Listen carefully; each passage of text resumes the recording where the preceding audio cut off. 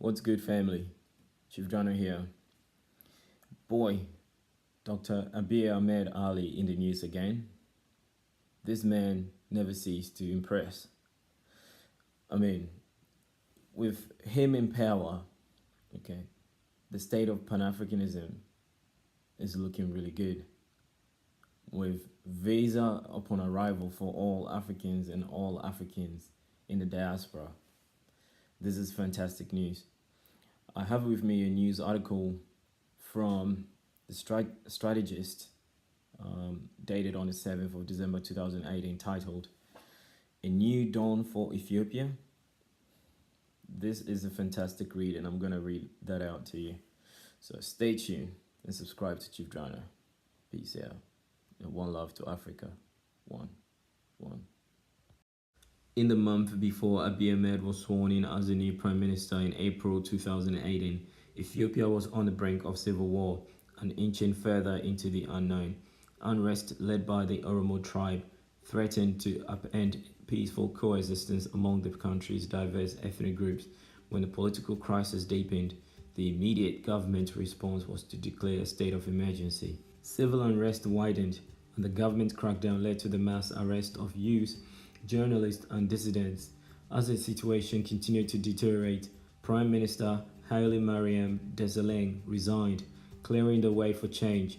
His decision has helped steer Ethiopia away from worsening instability and towards a new and more hopeful era. Abiy is the first prime minister from the 25 million strong Oromo tribe. The Oromo are the largest ethnic group in Ethiopia and represent just over a third of its population, but they've long been disenfranchised and have had little representation at all levels of government. Relatively unknown in the outside world, Abiy has been compared to figures such as Nelson Mandela, Mikhail Gorbachev, Barack Obama and Justin Trudeau because of the reforms he's implemented while diffusing the political crisis. Under Abiy, Saleh Work Zewde was elected as Ethiopia's first female president, and women's rights advocate Miaza Ashanafi was chosen as the country's first female Supreme Court Chief Justice. The size of the cabinet was reduced from 28 to 20, and women took on half of those portfolios. They include defense, trade, transport, revenue and peace, and oversight of the federal police and intelligence organizations. While Abiy has focused on stability and reforms in Ethiopia, he is also bringing hope to East Africa more broadly.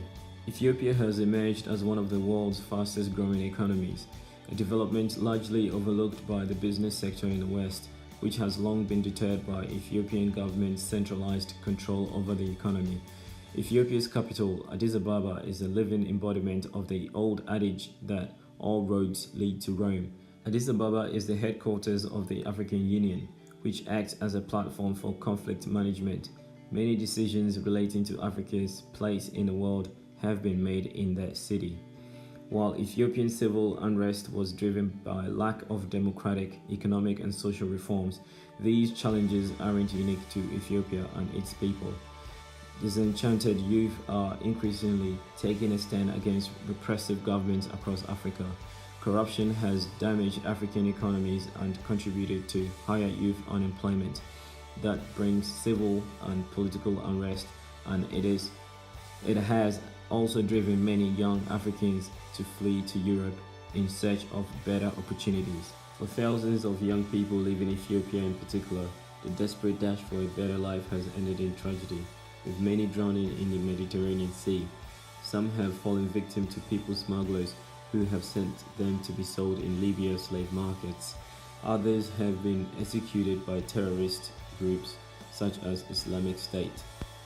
The horrors inherent in the loss of youth, a major demographic shift for many African countries, have in turn brought rising anger and calls for equal access to state resources that have been accessible only to ruling elites.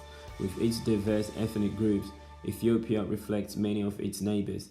Soaring numbers of unemployed youth comprise a powder keg on a conflict-prone continent. Some tension still simmers over his rise, but Abiy has created a legend of his own.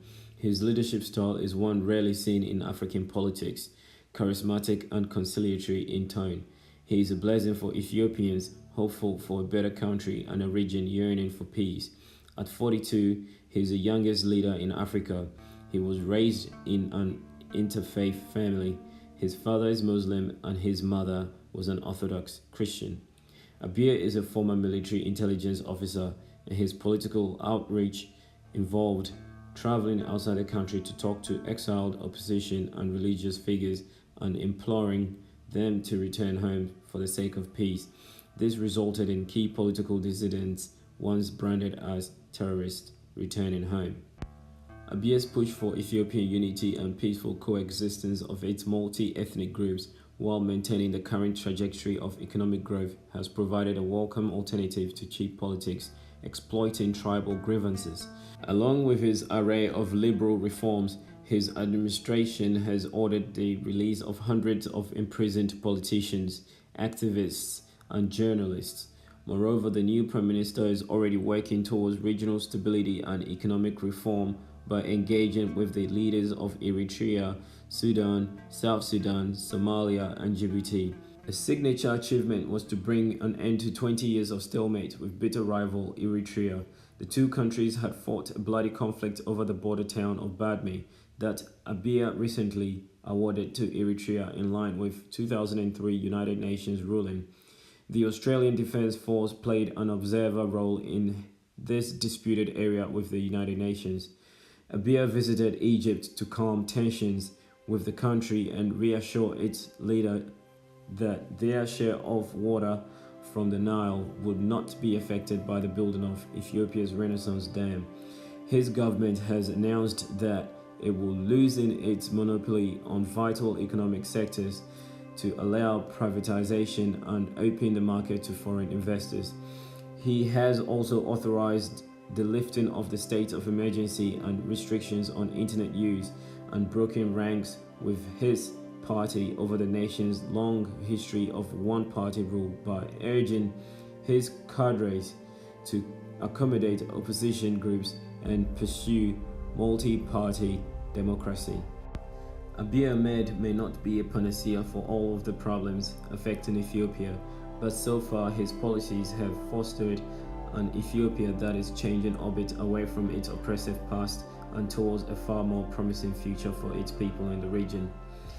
Well, family, this is all there is on this excellent article. Mr. Abiy Ahmed Ali is a true champion for Africa and well deserving of the title Madiba.